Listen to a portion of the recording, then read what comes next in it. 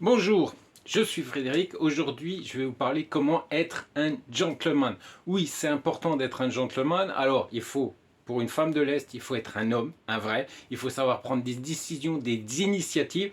Mais il faut être également très gentil avec elles parce qu'elles n'ont pas l'habitude d'être en face d'un homme gentil. Du moins, si, avant, mais après, beaucoup moins. Donc, il faut comprendre cette mentalité, cette façon de faire. Et aujourd'hui, je vais vous parler comment être un gentleman avec ces femmes. Allez, je vous dis à tout de suite après le jingle.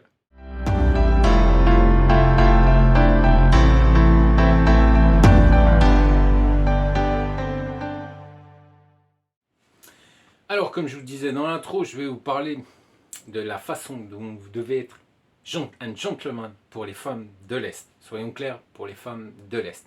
Alors aujourd'hui, oui, il faut être toujours un gentleman pour ces femmes. Même au 21e siècle, il faut l'être.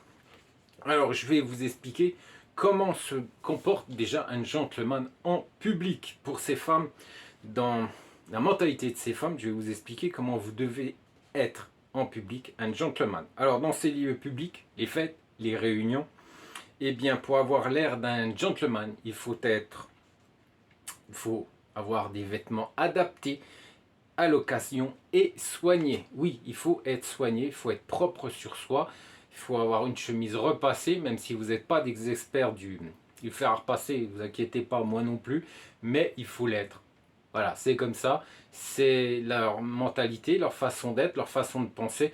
Il faut avoir des habits soignés et repassés. Alors, je pense qu'on a le nécessaire ici en France.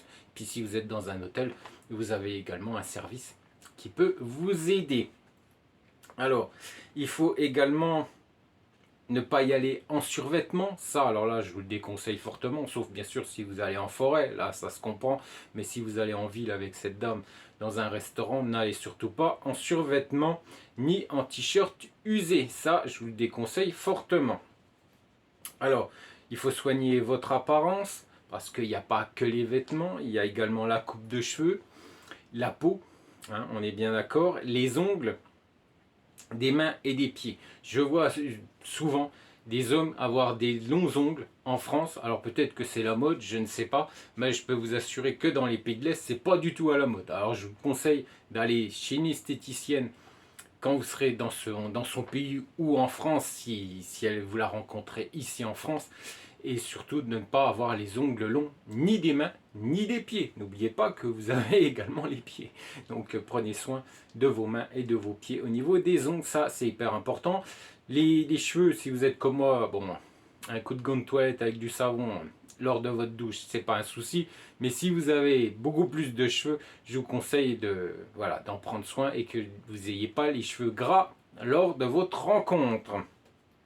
Alors, il faut garder votre corps en forme. Oui, je sais que c'est compliqué aujourd'hui en France de le faire parce qu'on est tous en voiture, mais elles, ces dames, eh bien, prennent soin d'elles parce qu'elles vont généralement eh bien, faire du sport, de la gymnastique ou du fitness, etc. Donc elles prennent soin d'elles.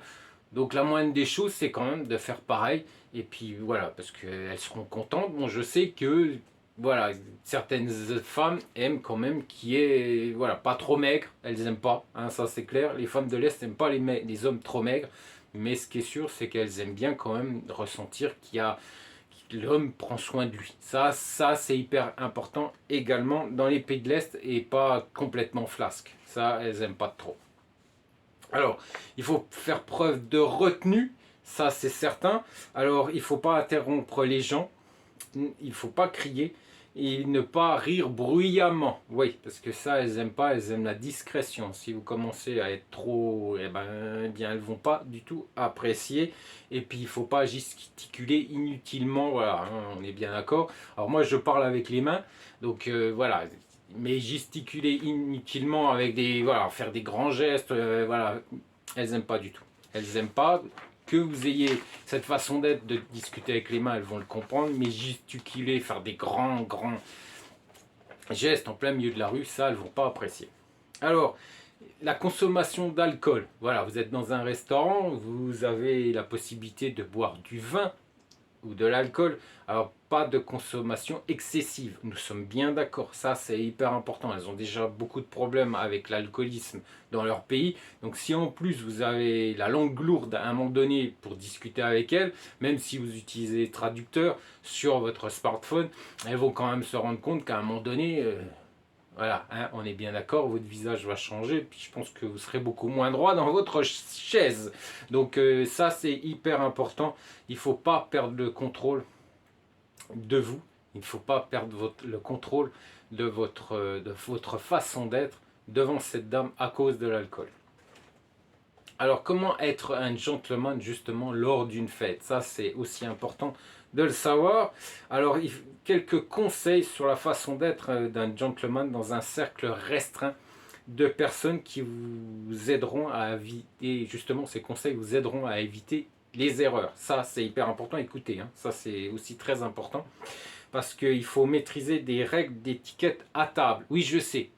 Aujourd'hui, en France, généralement, alors pas tout le monde, heureusement, mais bon, on ne sait plus trop comment on doit se comporter à table. Mais là, dans les pays de l'Est, ça, c'est hyper important. Quand vous êtes en présence d'une femme de l'Est, c'est hyper important de savoir vous comporter à table. Alors, comment vous asseoir déjà? Également, quel appareil utiliser, eh bien, pour les plats, viande et poissons, hein, on est bien d'accord, le couteau, etc., la fourchette. Ça, c'est très important parce qu'elles vont le voir. Si vous l'emmenez dans un restaurant plutôt chic, eh bien, faites bien attention à tout ça. Je sais, c'est plutôt, voilà, mais bon, c'est pas très important, mais pour elles, ça le sera. Je vous rappelle que quand vous arrivez dans un pays de l'Est, eh bien, la mentalité n'est plus du tout la même qu'en France. Ça, il faut bien faire attention par rapport à ça et bien le comprendre. Ça, il faut bien vous le mettre en tête, hein, messieurs. Alors, qu'est-ce que vous pouvez manger avec vos mains? C'est sûr que si vous commandez un hamburger, vous allez devoir manger avec vos mains. Ça va être plutôt compliqué et difficile de le manger avec le couteau et fourchette, même si moi, quand je suis en Biélorussie ou quand j'étais en Ukraine, quand je commandais un hamburger, eh bien, moi, c'est couteau et fourchette. Voilà, j'ai horreur de manger avec mes mains, même si aujourd'hui, eh bien, dans ces restaurants, elles vous donnent également des gants en plastique. Alors, en face d'une femme, c'est mieux. Bon, c'est sûr que si vous êtes accompagné par des, excusez-moi, des potes, c'est sûr que vous pouvez manger avec des mains, vous pouvez vous lâcher. Mais en face d'une femme de l'Est, je vous le conseille, sauf si vous ne pouvez pas faire voilà, vous pouvez pas faire autrement. Et si la femme, bien sûr, prend ses mains et qu'elle a commandé un hamburger, elle prend ses mains. Là, vous pouvez également le faire, mais je vous déconseille. Voilà, je vous déconseille même les hamburgers, ça sera beaucoup mieux. Ça sera, comme ça, vous éviterez même ce genre de soucis. Alors, vous devriez manger, et puis bien sûr, les aliments que vous devez manger avec une cuillère. Ça aussi, hein, on est bien d'accord. Mais là aussi, moi, j'ai vu des gens manger d'une certaine manière leur soupe. Ça, je vous conseille d'éviter de faire du bruit. Oui, ça je l'ai entendu dans certains restaurants. Et ça, en Ukraine et même en Biélorussie et dans les pays de l'Est, on entend ces messieurs de l'Est manger un peu, voilà, on les entend manger leur soupe. Voilà, on sait qu'ils mangent une soupe. Ça, je vous déconseille de le faire également, parce que ça peut irriter aussi ces dames. Alors, il faut garder le dos droit, voilà, dans n'importe quelle position, debout ou assis. Ça, c'est important aussi, parce qu'elles ne veulent pas un mec complètement... Non, ça va pas leur plaire du tout, surtout quand elle va être à votre bras dans la rue. Il faut être bien droit. Voilà, vous êtes un homme, donc vous êtes droit. Vous montrez que, voilà, vous êtes un vrai mâle. Excusez-moi, mais peut-être qu'aujourd'hui en France, c'est plus ainsi. Mais dans les pays de l'Est, c'est comme ça. Alors, il faut également être un vrai gentleman dans une conversation. Il faut regarder toujours l'interlocuteur droit dans les yeux. Ça, c'est hyper important. Alors ça, quand vous êtes en conversation avec une femme de l'Est, je peux vous assurer que c'est très très important. Elle va y faire très attention. Parce que cela caractérise une personne fiable pour elle dans leur mentalité. Une personne qui vous regarde dans les yeux quand vous êtes en train de discuter, c'est une personne fiable et qui n'est pas sujette aux astuces et à la tromperie. Voilà, une personne qui va vous regarder en dessous, qui n'osera pas vous regarder, qui ne va pas vous regarder droit dans les yeux, pour elle, elle ne peut pas, du moins elle ne peut pas faire confiance à ce genre de personne. Donc excluez les mots et impressions obscènes dans les discours, dans votre conversation, ou même dans les plaisanteries. Ça, évitez. Alors ça, évitez. Je sais qu'aujourd'hui en France, c'est possible de plaisanter. On fait beaucoup de plaisanteries salaces. Mais alors en Ukraine, évitez, du moins en Ukraine. Dans les pays de l'Est en général, il n'y a pas que l'Ukraine. Hein, on est bien d'accord. Il y a de nombreux pays comme la Russie, comme la Biélorussie ou d'autres. Parce qu'il y en a 6 ou 7 hein, qui, vous regardez sur les livres de géographie ou tout simplement sur Wikipédia, ils vous expliqueront qu'il n'y a pas que l'Ukraine, la Russie ou la Biélorussie qui fait partie des pays de l'Est. Il y en a, je crois en tout, il y en a 6 ou 7 avec des pays comme la Lituanie, comme la Lettonie. Donc ces pays font partie de l'Europe de l'Est. Alors il faut également toujours être attentif à la dame et puis ouvrir la porte devant elle. Ça, c'est hyper important, comme dans les escaliers. Eh bien, quand vous descendez les escaliers, il faut être devant elle. Quand vous montez les escaliers, il faut être derrière elle. Comme les escalators, c'est pareil. Alors, comment être un vrai gentleman dans une relation? Oui, parce que voilà, vous l'avez séduit, elle a craqué complètement pour vous, elle vous a donné son cœur, et donc maintenant, il va falloir continuer à être un gentleman, on est bien d'accord? Alors, comportement lors d'un rendez-vous avec votre cher et tendre. Ça aussi, il va falloir le comprendre.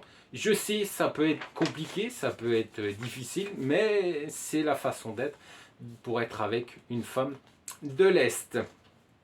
Alors, si la fille a froid, il faut lui donner bien sûr votre blouson ou votre veste. On est bien d'accord, messieurs. Parler de sujets qui intéressent la jeune fille ou la dame ou la femme, ça aussi c'est important. Commencez pas de parler de foot ou de voiture. Sauf si bien sûr, voilà, il y a certaines femmes qui adorent le foot et les voitures dans les pays de l'Est, mais pas toutes. Donc faites attention par rapport au sujet de conversation. Remarquez le changement dans son apparence, ça c'est important aussi. Ça c'est être un gentleman, une nouvelle coiffure, une nouvelle robe, un nouveau parfum. Ça aussi, ça si vous lui montrez que vous faites attention à elle, vous allez voir ces changements tout de suite. Et si vous lui dites, elle sera très contente. Voilà. C'est une femme, hein, donc ça montrera l'intérêt que vous avez pour elle. Alors, il faut lui mettre son manteau sur ses épaules et puis l'aider à sortir de la voiture. Oui, lui mettre le manteau sur les épaules, ça aussi, c'est quand vous sortez quand elle va se lever et quand vous partez du restaurant, lui mettre son manteau sur les épaules quand vous êtes dans une galerie marchande, ben ça aussi, c'est très bien vu, monsieur. Alors bien sûr, il faut payer. Je suis désolé, peut-être en France, on peut faire 50-50, mais dans les pays de l'Est, non, ça n'existe pas. Il faut payer la note du restaurant. Parce que si vous faites 50-50, ça, elle ne va pas du tout apprécier non plus. Écoutez attentivement ce qu'elle va vous dire, il ne faut pas l'interrompre. Répondre à ses questions, ça c'est important aussi, et pas vous accabler de longs monologues. Quand vous avez une conversation, il ne faut pas rentrer dans des détails, Non, ça, il faut être... voilà, il faut discuter, converser. C'est un échange, hein, on est bien d'accord. Donc de longs monologues, il n'y a plus que vous qui parlez. Donc, rentrez toujours à pied. Oui, ça c'est important, parce que quand vous allez rentrer à pied, quand vous sortez d'un restaurant, ou quand, je sais pas, quand vous êtes, par exemple, allé même à l'opéra, parce qu'à l'opéra, voilà, hein, beaucoup parlent italien, donc tous ne parlons pas italien, mais certaines personnes, certaines femmes aiment l'opéra. Et bien quand vous sortez, et bien allez, sauf si bien sûr vous êtes à 10 km de chez elle, ça va être un peu compliqué, mais si vous êtes à 10 minutes ou 15 minutes de chez elle, allez à pied. C'est mieux, parce que au moins vous allez encore pouvoir discuter et converser avec elle. Il y aura également possibilité d'un rapprochement, elle vous prendra par le bras, et ça aussi c'est un gros plus. Quand vous allez au rendez-vous, alors n'allez jamais les mains vides, hein, on est bien d'accord, emmenez des fleurs, emmenez même une peluche, voilà, pour les jeunes femmes, parce que je sais qu'il n'y a pas que des messieurs, hein, il y a des jeunes hommes aussi, donc emmenez-lui une peluche, à cette jeune demoiselle, elle va être contente. Une boîte de chocolat ou des chocolats. On sait qu'en France, on fait du très bon chocolat. Donc n'oubliez pas de leur emmener du chocolat à ces dames. Alors, lors d'une dispute, oui, parce que vous êtes déjà en couple, et malheureusement, bien, la nature humaine est faite ainsi, il arrive qu'on se dispute. Eh bien, il faut toujours apprendre à écouter sa compagne. Je sais, c'est compliqué, c'est difficile, quand on a une idée dans la tête, on fonce, mais il faut quand même arriver à comprendre et à l'écouter, et surtout, surtout, à entendre ce qu'elle est en train de vous dire, même sous le coup de la colère. Alors ne pas chercher à gagner la discussion par tous les moyens. Non, je suis le mâle et toi tu te tais parce que tu es une femme et moi j'ai toujours raison. Non, alors là c'est catastrophe. Il ne faut pas du tout vous comporter ainsi. Il faut savoir baisser pavillon et écouter également si la dame a raison. Lui dire oui, peut-être que ou tu as raison. Ça sera à vous de voir dans la situation. Mais ce qui est sûr, c'est qu'il ne faut pas toujours vouloir avoir raison dans une conversation ou surtout dans une dispute. Persuader la femme de trouver ensemble une réponse à la question. Quand la dispute commence à se calmer, eh bien, je pense qu'il faut essayer de converser et de trouver une solution, même lors des disputes. Soyez toujours prêt à vous ranger de la vie de la femme si la discussion est dans l'impasse. Je pense qu'il faut mieux aller dans son sens au lieu d'envenimer les choses et que ça prenne des proportions énormes, essayez de discuter avec et puis de dire oui, bon, tu as raison, pas d'une façon, oui, bon, allez, c'est bon, non, ça, c'est pas bon du tout, plutôt aller dans son sens et après essayer bien, de discuter et peut-être même de la comprendre. Et si vraiment vous avez raison, peut-être revenir un peu plus tard, mais plus posément, avec plus de diplomatie pour lui dire voilà, chérie, tu comprends, peut-être que, mais toujours en lui disant que, en lui montrant que vous l'aimez, mais qu'elle n'a pas toujours raison. Hein, on est bien d'accord. Ne pas toujours tenir ses promesses, hein, on est bien d'accord, ou ne pas promettre. Si vous n'êtes pas sûr de tenir cette promesse, je vous déconseille fortement de promettre quoi que ce soit, parce que ces dames, eh bien, partent du principe quand il y a une promesse de donner, eh bien, il faut la tenir. Il faut savoir que les hommes de l'Est ont cette fâcheuse habitude, je promets et ensuite j'oublie. Et donc c'est pour cette raison aussi qu'elles recherchent des hommes dans les pays de l'Ouest, justement parce que les hommes eh bien, ne tiennent généralement pas leurs promesses. Alors ne faire bien sûr que des promesses qui peuvent être tenues sans condition. Ça c'est important, si vous promettez monts et merveilles puis qu'à la fin il n'y a plus rien parce que vous ne pouvez pas, ça va être compliqué. Donc je vous conseille de donner votre parole seulement quand vous êtes sûr de pouvoir la tenir. Une fois que vous avez fait une promesse, vous devez faire ce que vous avez promis et respecter les délais. Oui, parce que quand vous faites une promesse à une femme de l'Est, ne lui dites pas bon ben voilà, ben, je te promets, mais je sais pas quand. Mais je te le promets. Non. Vous promettez, c'est dans 3 jours, dans une semaine ou dans un mois, mais elle sait exactement le délai quand sera tenue cette promesse. Ça, c'est hyper important aussi, messieurs. Alors, les principaux signes qui distinguent un gentleman dans une société sont les suivants, messieurs. Écoutez bien. Alors, l'absence de mots vulgaires, ça, il faut éviter. Il n'y a pas de dispute ou de conflit lié à son apparence. Il n'offense pas les autres. Et ne pas aborder des sujets sensibles qui vous font perdre votre sang-froid. Ça, alors là, je vous conseille de ne surtout pas le faire, étant donné que si vous abordez certains sujets qui peuvent fâcher, qui peuvent énerver, ça peut prendre des proportions énormes, envenimer les choses, surtout au début d'une relation. Après, bien sûr, quand on vit en couple, on est obligé d'aborder certains sujets qui fâchent, mais essayez de les aborder avec diplomatie et gentillesse et de faire comprendre que vous n'êtes pas l'agresseur, mais plutôt ici pour converser et discuter. Voilà messieurs, jeudi, vendredi, c'est là où je poste mes vidéos. Je vous dis à la semaine prochaine et je vous souhaite un bon week-end.